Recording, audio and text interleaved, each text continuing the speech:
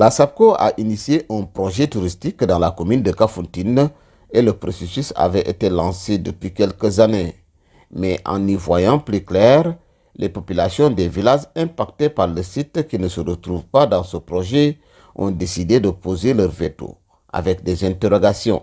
Comment expliquer un projet touristique de cette envergure dans une zone menacée d'exploitation minière et le tout dans une aire marine protégée? Rappelez que la commune de Kafountine et sa voisine de Kataba 1 font l'objet de beaucoup de convoitises à cause de leur potentialité et cela inquiète les populations. Depuis 2004, nous faisons face au problème de l'exploitation du zircon, de l'implantation de l'usine chinoise de farine de poisson et aujourd'hui, ce projet touristique d'accaparement de terre de plus de 2000 hectares, quand on sait tous qu'actuellement le foncier reste un problème avec plusieurs litiges et scandales au Sénégal. Les habitants de ces villages proches du littoral reprochent à la société SAPCO de ne pas respecter des étapes importantes qui régissent la mise en œuvre de tels projets. De là, on ne peut qu'être sceptique et inquiet face à ce projet et avons nécessairement besoin de réponses quant aux multiples questions que se posent les populations.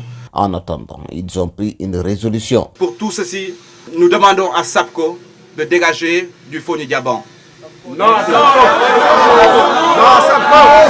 Les populations de Kafountine et environ ne sont pas seules dans ce combat. Elles ont bénéficié du soutien de Claire Orsène.